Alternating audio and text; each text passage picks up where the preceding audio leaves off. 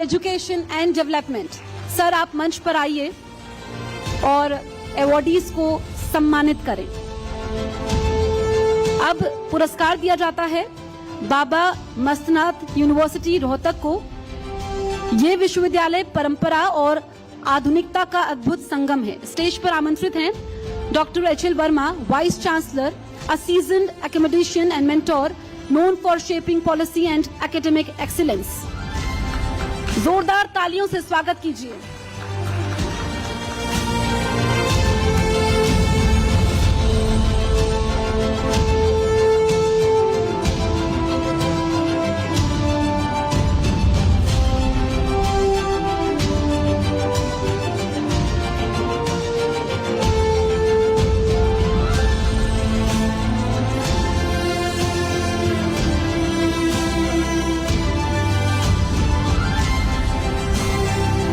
सम्मानित करेंगे university of engineering and management Jaipur. ये समूह नवाचार, अनुसंधान और रोजगार की दृष्टि से अग्रणी है। मैं मंच पर बुलाना चाहूंगी डॉक्टर प्रदीप कुमार शर्मा को, registrar steering academic integrity and operational excellence, doctor Umesh Gurnani, senior academic leader, shaping students futures through leadership and innovation. आप सभी का बहुत बहुत स्वागत है। हम आपको धन्यवाद देते हैं जिन्होंने अपने अपने क्षेत्र में सफलता की ऊंचाइयों को छुआ है और समाज को मार्गदर्शन देने का काम किया है। अब हम सम्मानित कर रहे हैं JIS यूनिवर्सिटी कोलकाता को, an institution fostering a blend of academic rigour, research and real work exposure. JIS university is a force in eastern India's higher education landscape.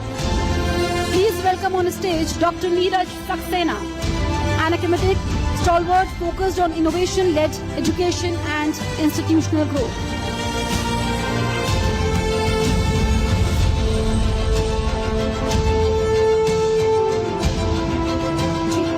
बहुत बहुत शुक्रिया सर आपका। और सुकांतु मजूमदार जी, आप स्टेज पर बने रहिए। मेरे सहयोगी पंकज भार्गव को मैं मंच पर बुलाना चाहूंगी। अब पंकज भार्गव इनसे बातचीत करेंगे। Over to you Pankaj.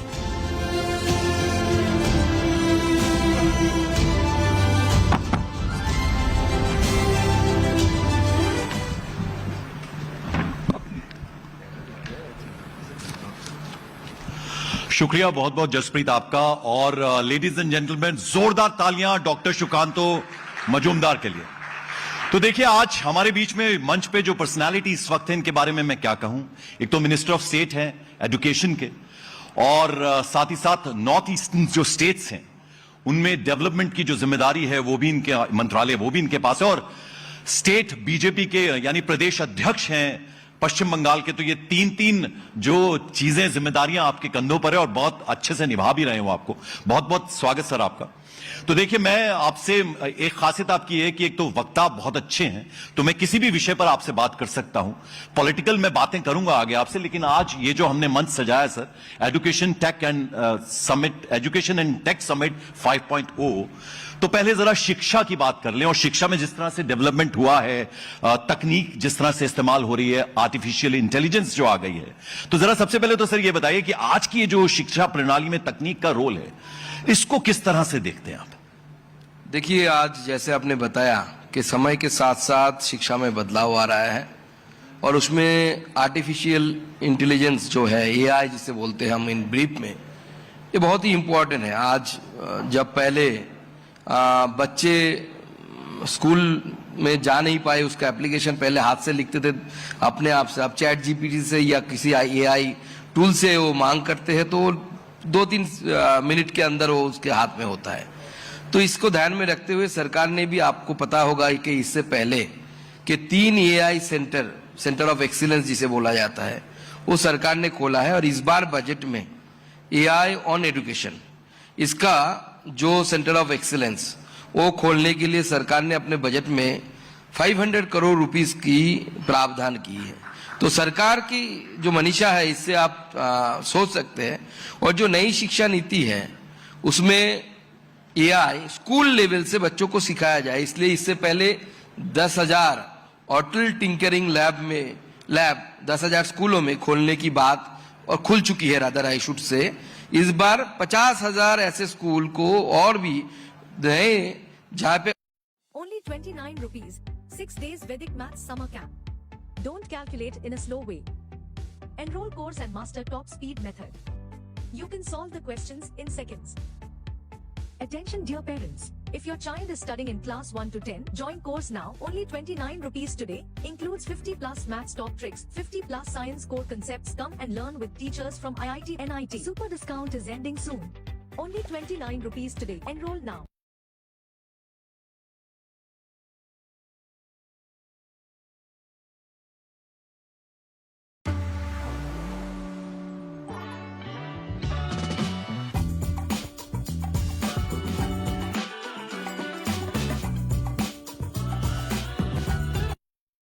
ये प्रावधान ला रहे हैं आगे आने वाले समय में कि वो जो 6 महीने का या उससे भी ज्यादा जो इंटर्नशिप होगा, उस इंटर्नशिप में उस कुछ कंपनीज को हमने सिलेक्ट किया है जिससे हम टारगेट है कि 1 लाख बच्चे जो ग्रेजुएटिंग या ग्रेजुएट कर चुके हैं, ऐसे बच्चों को हम जब नेट्स के तहत भेजेंगे तो वहां पे भी उनको एआई की ट्रेनिंग दी जाएगी। यानी एआई आने वाले समय में हमारे बच्चों के लिए चैलेंज ना बनकर उनका हथियार बने, उनका शस्त्र बने, इसके लिए सरकार हर तरीके से ये सारी बातें सर समझ में आ गई, लेकिन चूंकि जिम्मेदारी है आपके ऊपर, एजुकेशन के मिनिस्टर आप हैं, तो जरा आपसे समझना चाहूंगा, एक तो वो खाई कैसे पाटेगी सरकार, क्योंकि ग्रामीण अंचलों में जो हमारे बच्चे हैं वो जो वहां पढ़ रहे हैं, बहुत सारी सुविधाओं से भी वो वंचित हैं, और एक महंगाई का दौर है। अगर मैं शहरों की भी बात करूं, एजुकेशन जो है बहुत महंगी हो गई है, तो एक तो वो खाई पाटने का काम कैसे, और ये जो एआई है, जो टेक्नोलॉजी है, हमारे बच्चे दुनिया में नाम करें, तो उस दिशा में सरकार कैसे कैसे स्टेप्स उठाने जा रही है, थोड़ा वो क्लैरिटी उस पर भी आ जाए। देखिए, जो ये जो खाई है, ये खाई सच में ये तो खाई था, मुझे बोलना चाहिए, क्यों था या है, जो भी बोलिए आप। एक बच्चा जो दिल्ली में पढ़ रहा है, उसको जिस किस्म का जिस तरीके का टीचर उनको मिलता है, गांव के बच्चों को नहीं मिलता। तो इसकी जो खाई की जो दूरी है, ये दूरी मिटा सकता है टेक्नोलॉजी, और एजुकेशन मिनिस्ट्री ने उसको इम्प्लीमेंट किया है। जैसे हमारा स्वयं के द्वारा, जिसमें भारत सरकार के आईआईटीज और जितने भी बड़े बड़े इंस्टीट्यूट्स हैं, उनके द्वारा तैयार किया गया क्लासेस हैं, और उस स्वयं प्लेटफॉर्म को एक बच्चा यूज करके अपना क्रेडिट का 40% तक वहां से वो अवेल कर सकता है। तो घर में, गांव में बैठे हुए अपने छोटी सी मोबाइल जो है, उस मोबाइल में क्लिक करके उसको मिलेगा। दिल्ली आईआईटी की कोई प्रोफेसर केमिस्ट्री पढ़ा रहा है, उनका क्लास जो बच्चा बैठा हुआ है उनको मिल सकता है, वहां से कोर्स कर सकते हैं या दूसरे सब्जेक्ट में कोर्स कर सकते हैं।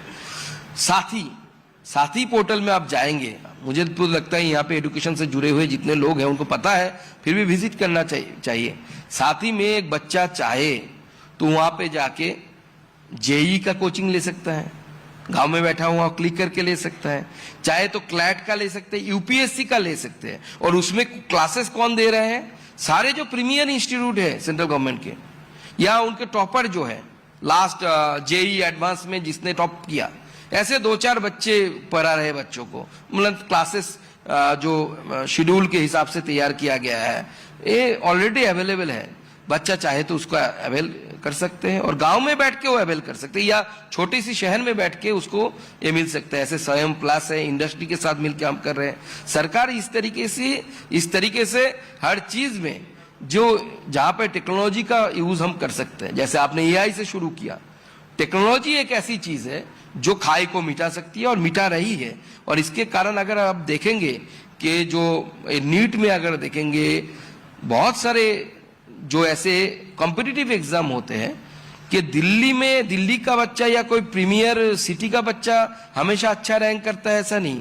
दूर दराज गांव में बैठा हुआ बच्चा आज अच्छा रैंक कर पा रहा है। तो इसका कारण है टेक्नोलॉजी।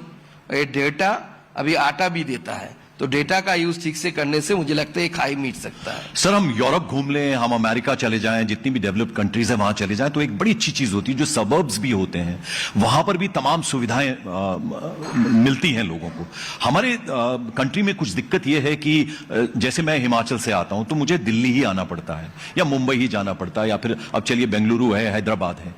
हम जहां हैं वहां ही हमें एजुकेशन उस तरीके की मिले, यानी पूरा एक समान हो जाए एजुकेशन सिस्टम, उस दिशा में भी सरकार प्रयासरत है? क्या काम हो रहे हैं? देखिए, जो डिजिटल मैंने एग्जांपल्स दिए हैं आपके, कि आपको ऑनलाइन 40% आपका क्रेडिट आप ले सकते हैं इन पोर्टल के द्वारा, स्वयं के द्वारा आप ले सकते हैं।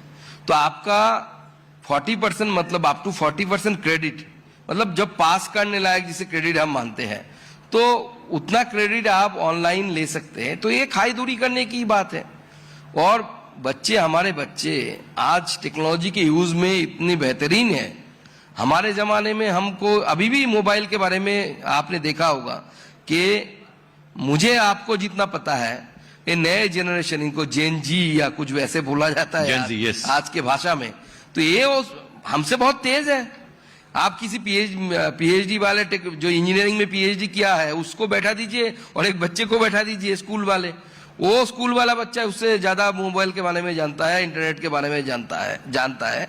और आदरणीय प्रधानमंत्री जी के नेतृत्व में पूरे भारतवर्ष में ऐसी कनेक्टिविटी बढ़ाई जा रही है। स्कूलों को ब्रॉडबैंड के द्वारा हम जोड़ रहे हैं। इस बार बजट में सरकार ने अलॉट किया पैसा इसके लिए कि स्कूल को हम ब्रॉडबैंड से जोड़ेंगे, गांव के स्कूलों को जोड़ेंगे, जिसके द्वारा हमारा जो बच्चा, जो आप दूरी बोल रहे थे कि दूर दराज, जैसे मैं जिस शहर से आता हूं जो यहाँ से लगभग 1800 किलोमीटर दूर है, उस शहर के या उसके नजदीक वाले जो गांव में रहने वाले बच्चे हैं, उस बच्चे को भी वही शिक्षा मिले, वही टीचिंग मिले। क्योंकि जब वो बच्चा अपने मोबाइल में किसी आईआईटी के प्रोफेसर का क्लास लेगा या आईआईटी के टॉपर का क्लास लेगा या नीट के टॉपर का क्लास लेगा, जो डॉक्टर बन रहे हैं वहां पे उनका क्लास लेगा, तो स्वाभाविक है जो उनके स्कूल में शायद फुलफिल नहीं हो रहा है, जो भी थोड़ा भी गैप था, ऐसा मैं मानता नहीं। और शिक्षकों की भी ट्रेनिंग चल रही है। हमने मालवीय मिशन के द्वारा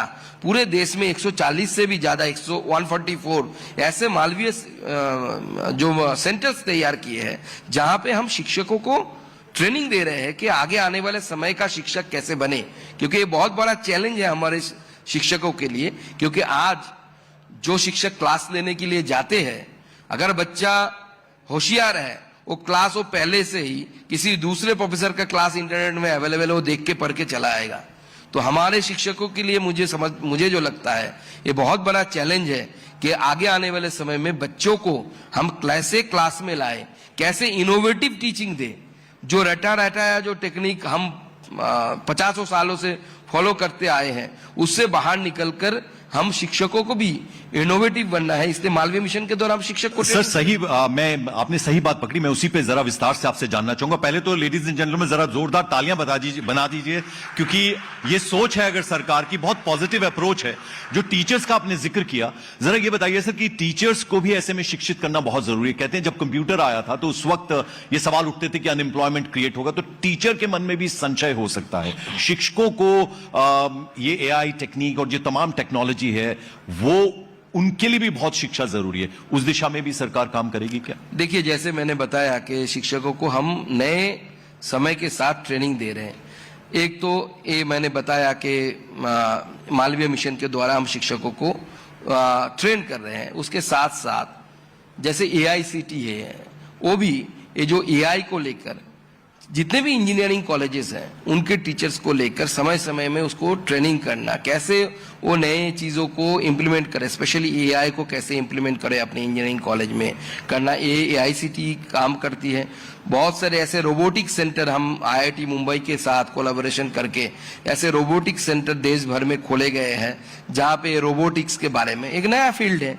स्वाभाविक है, जब हम पढ़ते थे उस समय इतना रोबोटिक्स का आया नहीं था, थोड़ा बहुत आया था। अब समय के साथ साथ रोबोटिक्स आगे बढ़ रहा है, एआई आगे बढ़ रहा है। आगे आने वाला समय कैसे आएगा, हॉलीवुड की किसी फिल्म की तरह शायद लगेगा ऐसा। And how are the teachers responding? जो इंस्टीट्यूट्स हैं, यूनिवर्सिटीज हैं, उनकी तरफ से किस तरह का रिस्पॉन्स आ रहा है, जो ये इनिशिएटिव जो सरकार ये कोशिशें कर रही है उसको लेकर? देखिए, नई शिक्षा नीति एनईपी 2020 जो है, नेशनल एजुकेशन पॉलिसी 2020, इसके इम्प्लीमेंट के लिए शिक्षकों को स्पेशली मुझे लगता है हमारा माइंडसेट बदलाव करना पड़ेगा।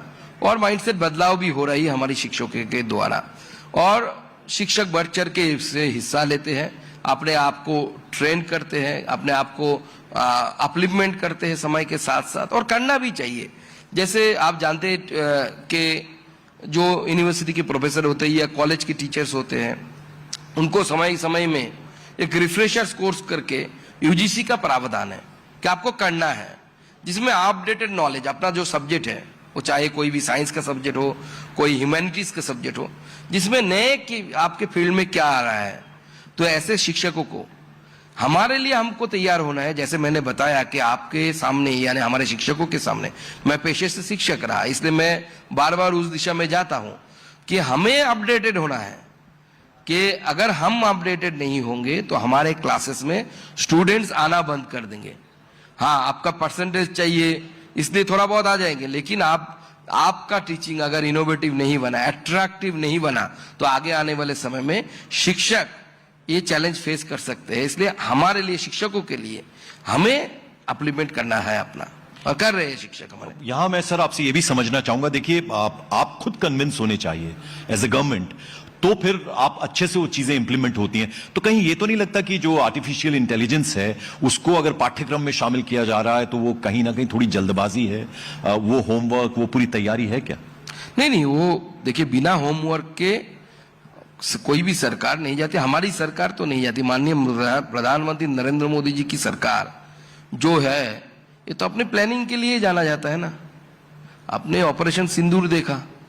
आऊंगा मैं उस पे सर, मैं छोड़ूंगा नहीं आपको, आऊंगा उस पे भी। नहीं, हम लोग पश्चिम बंगाल में सोच रहे थे कि हमारे पास नोटिस पहुंचा कि मॉक डील करेंगे, कब करेंगे, कैसे करेंगे, सरकार करेगी कि नहीं करेगी। पश्चिम बंगाल की सरकार वो तो उतना नहीं किया, लेकिन वो मॉक डील के जो डेट था उससे पहले जो करना था हमारी सरकार ने कर दी।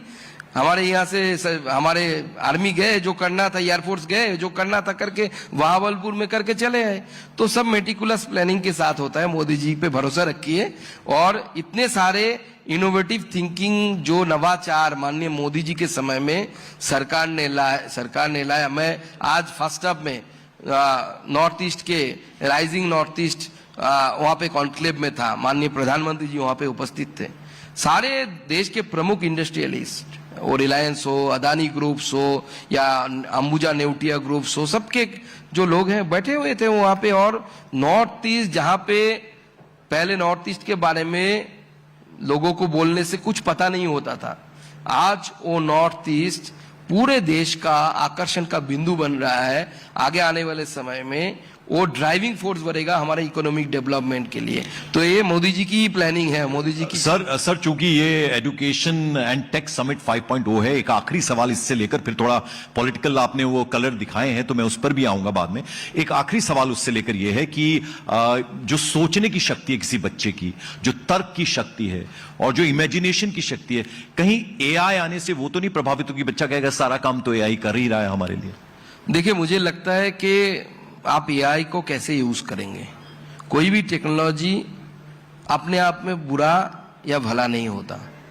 जो यूजर्स होते हैं वो तय करते हैं कि उसका यूज आप किस तरीके से करेंगे। तो एआई को अगर हम ठीक तरीके से, जिस तरीके के बच्चे को वो हेल्प कर पाए, उसके थिंकिंग को और भी अच्छा कर पाए, इस तरीके से हेल्प करेंगे, मतलब एज ए हेल्पिंग हैंड अगर यूज करेंगे, मुझे लगता है कि आगे आने वाले समय में तो एआई बच्चे के लिए और भी अच्छा होगा। और समय के साथ साथ ये बदलाव आता है, बदलाव चलेगा। ये तो टेक्नोलॉजी, जब कंप्यूटर के बारे में आपने बात किया तो मुझे याद है, हम छोटे थे बहुत, लेकिन जब कलकत्ता में कंप्यूटर को घुसने नहीं दिया गया था, उस समय लेफ्ट की रिजीम थी कलकत्ता में, तो सारे लेफ्ट पार्टी या सब रास्ते में उतर गए। तो आज उसी लेफ्ट पार्टी के पार्टी ऑफिस में भी कंप्यूटर है। तो समय के साथ साथ सब सीखता है आदमी। तो मुझे लगता है कि कोई भी टेक्नोलॉजी बुरा नहीं होता, उसका सही इस्तेमाल हमें आना चाहिए। बिल्कुल सही इस्तेमाल आना चाहिए। लेडीज एंड जेंटलमैन, जोरदार तालियां बजाइए। कम से कम इतनी पॉजिटिव सोच के साथ मंत्री जी अपनी बात कह रहे हैं। लेकिन जैसा मैंने आपको शुरुआत में बताया कि बहुत सारी जिम्मेदारियां इनके कंधों पर और भी है। तो एक जिम्मेदारी है, नॉर्थ ईस्टर्न स्टेट्स का जिक्र किया, वो जो 7 सिस्टर्स हैं। ये बता दीजिए सर कि 10 सालों में कितना बदला है? क्योंकि लगता था कि अलग पार्ट है और वो हमारा हिस्सा है या नहीं है, इसको लेकर डाउट होते थे। वो दिखते थोड़ा अलग थे और ये बात का वो एतराज भी करते। तो कहते थे कि हम भारतीय हैं, लेकिन जिस तरह की पहचान हमें मिलनी चाहिए वो नहीं मिलती। तो इन 10 सालों में वो नॉर्थ ईस्ट कितना बदला है? देखिए, नॉर्थ ईस्ट कितना बदला, ये मैं डेटा या आंकड़े के अलावा सिर्फ एक चीज से मैं बताना चाहता हूं कि माननीय प्रधानमंत्री जी ने लगभग 70 बार से भी ज्यादा, मतलब 60 बार से भी ज्यादा, शायद 65 इफ आई एम नॉट मिसकोटिंग, वो खुद गए हैं नॉर्थ ईस्ट में, और सारे मिनिस्टर मिलके लास्ट 10-11 साल में जितना भी हुआ, टोटल मिनिस्टर जो विजिट किए हैं नॉर्थ ईस्ट, उसका नंबर है 700 बार। ये जो दूरियां थी ना, वो सच में थी, ऐसा नहीं है कि नहीं था, दूरियां थी, वो दूरियां मिट रही है। और विजिट मतलब आज आदरणीय प्रधानमंत्री जी ने भी ये उस कॉन्क्लेव में उन्होंने बोला कि विजिट मतलब सुबह जाओ, पूरा दिन काम करो, रात में वापस आ जाओ फ्लाइट पकड़ के, नहीं चलेगा। प्रधानमंत्री जी का सख्त इंस्ट्रक्शन है कि विजिट मतलब you have to stay there at night.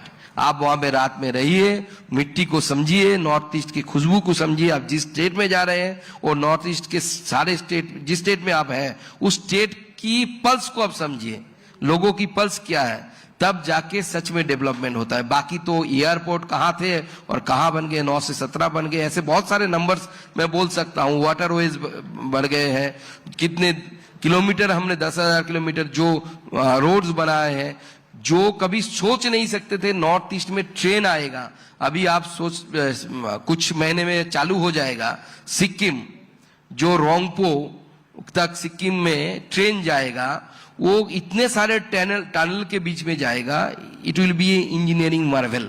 सबको देखने एक बार जाना चाहिए कि कैसे सिलीगुड़ी से लेकर एनजीपी से लेकर ट्रेन रोंगपो तक पहुंचता है। कुछ महीने में उसका लोकार्पण हो जाएगा। बॉगीबिल ब्रिज आसाम का, वो भी एक नया अचीवमेंट है इंडियन रेलवेज का। ऐसे बहुत सारी चीजें पिछले 10-11 साल में हुए हैं, जिसके द्वारा नॉर्थ ईस्ट पिछड़ा हुआ नहीं। और आपको सुन के आश्चर्य होगा, हमारे पूरे देश से जो ग्रोथ है, ग्रोथ रेट जो है, वो नॉर्थ ईस्ट का देश के एवरेज ग्रोथ रेट से ऑलमोस्ट डबल है। तो सर, वो जो मेक इन इंडिया है, स्टार्टअप इंडिया है, ये काम दिखा है आपकी सरकार का, सब बातें ठीक है, लेकिन एक मां के लिए सभी बच्चे प्यारे होते हैं। जो इल्जाम है आपकी गवर्नमेंट के ऊपर वो ये है कि एक स्टेट के साथ वो सौतेला व्यवहार है, वहां नहीं गए आप लोग। नॉर्थ ईस्ट का जब जिक्र होता है तो कौन सी स्टेट? मणिपुर।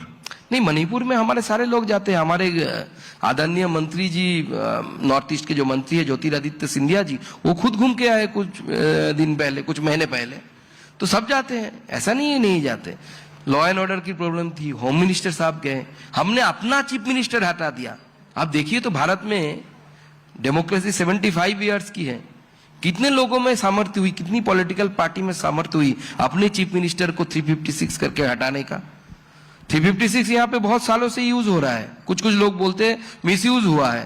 पहले चुने हुए कम्युनिस्ट पार्टी की सरकार को कांग्रेस ने गिरा दिया था, लेकिन हमने जब यूज किया, हमने अपनी सरकार को, अपने चुने हुए मुख्यमंत्री जी को हटाया कि अगर उससे कुछ बेहतर हो सकता है, बेहतर है। चुनाव तो आते जाएंगे। अटल जी का वो मशहूर बात तो आपको याद है कि पार्टियां आएगी जाएगी, ये देश बना रहना चाहिए, ये देश की डेमोक्रेसी रहनी चाहिए। तो चलिए देखिए, हमने जो एजुकेशन कॉन्क्लेव ये होने जा रहा है, इस पर हमने बात कर लिया। उसके अलावा हमने नॉर्थ ईस्ट स्टेट्स की बात कर ली। अब एक और जिम्मेदारी है सर के ऊपर, वो है पश्चिम बंगाल की। तो सर, वो दीदी का वो नींद हराम करके रखी थी आपने, बहुत दिनों से उनका जिक्र आपकी जबान से नहीं हमने सुना है। सब ठीक है क्या वहां? देखिए, जब आप इसके अगले वाला क्वेश्चन कर रहे थे ना कि एक स्टेट, तो मुझे पश्चिम बंगाल का ही ख्याल आया था, एजम किया था कि वही उसी के बारे में। आप मणिपुर चले गए उधर से, कोई बात नहीं। दीदी तो आप सोच सकते, सारी पार्टियां मान ली, उन्होंने बोला हमसे डिस्कशन नहीं किया गया इसलिए यूसुफ पठान को हम नहीं भेजेंगे। बाद में जब बातचीत किया हमारे किरण रिजिजू जी ने, तो दीदी तब मान गई। तो दीदी अलग किस्म की है, उनके लिए मेरे सीनियर है बहुत उम्र में, तो हमारे सम्मान है। लेकिन जिस तरीके की पश्चिम बंगाल लोगों ने उनको वोट दिया था, जिस तरीके की पश्चिम बंगाल बनाने के लिए, वो बना नहीं पाए। उन्होंने बोला था कि कलकत्ता को हम लंदन बनाएंगे। लंदन तो नहीं बना कलकत्ता, लेकिन मैंने सर अभी आपसे पूछा कि नॉर्थ 10 सालों में कितना बदला है, तो पश्चिम बंगाल अब इतने समय से राज कर रही हैं ममता दीदी, तो कितना बदला है पश्चिम बंगाल? ना बहुत कुछ बदल गया, आपने देखा नहीं? कुछ दिन पहले मुर्शिदाबाद में हिंदू रिफ्यूजी बन गए, पहले तो ये नहीं होता था। अब दीदी का एक कमाल है कि हिंदुस्तान में हिंदुओं को रिफ्यूजी बना दिया, इससे पहले कोई सरकार नहीं कर पाई। मुर्शिदाबाद में मैं खुद गया था, 5 घंटा रहा उधर में। और कल कलकत्ता हाईकोर्ट के पास, कल या परसों कलकत्ता हाईकोर्ट की जो 3 सदस्यीय टीम थी, कलकत्ता हाईकोर्ट ने बनाई थी, उसका एक बार रिपोर्ट आप पढ़ लीजिए। हाँ, उसमें टीएमसी के एक नेता का नाम है, उस पर एक्शन हुआ कुछ? लोकल काउंसिलर का नाम है, एमएलए का नाम है, रिपोर्ट बोल रहा है, जो कोर्ट के इंडिपेंडेंट कमेटी का रिपोर्ट है, वो वहां पे बोला जा रहा है कि in front of the MLA, local MLA, the vandalization started, और वो एमएलए वहां से चला गया, पूरा प्लान फुली किया गया।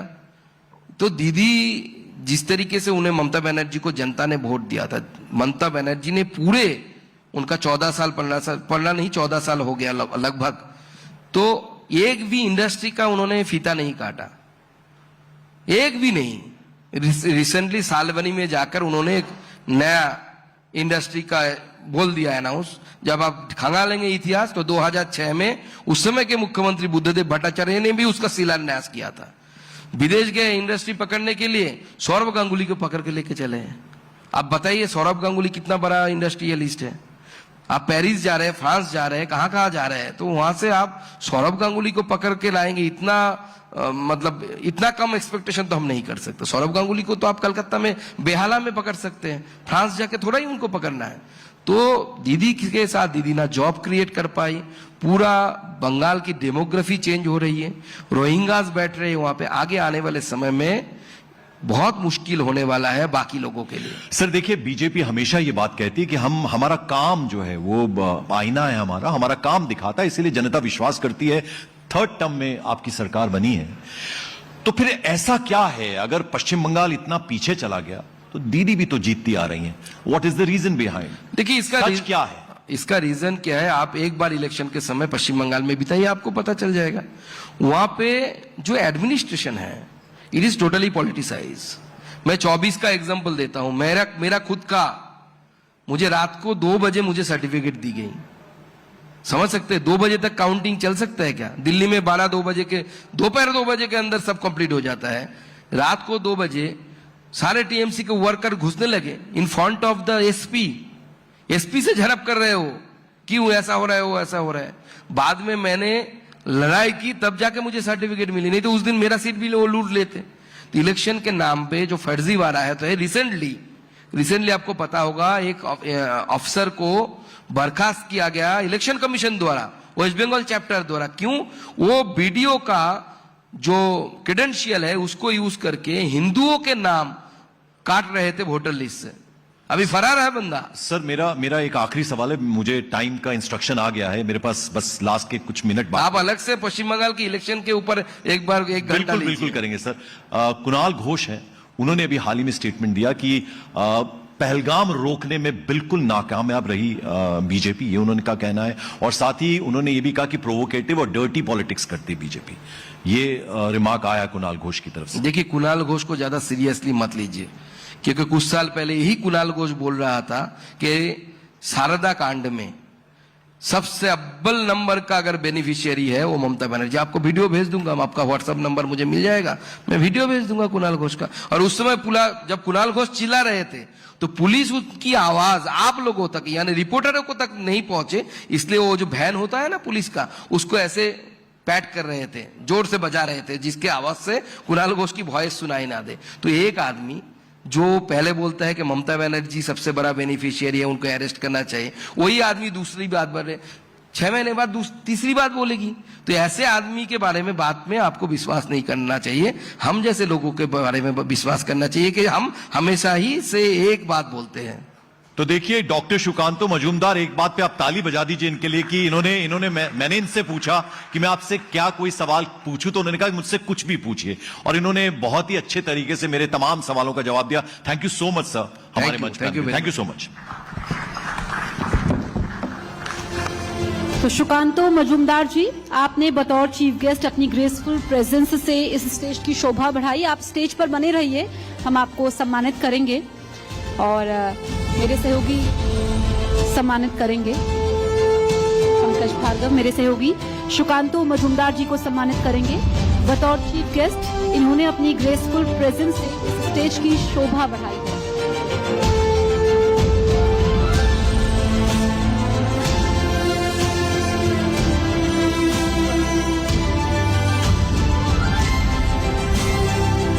बहुत बहुत शुक्रिया आपका। अब मैं मंच पर आमंत्रित करूंगी अपने अगले मुख्य अतिथि doctor Jitendra Singh, union minister of state, independent charge, science and technology.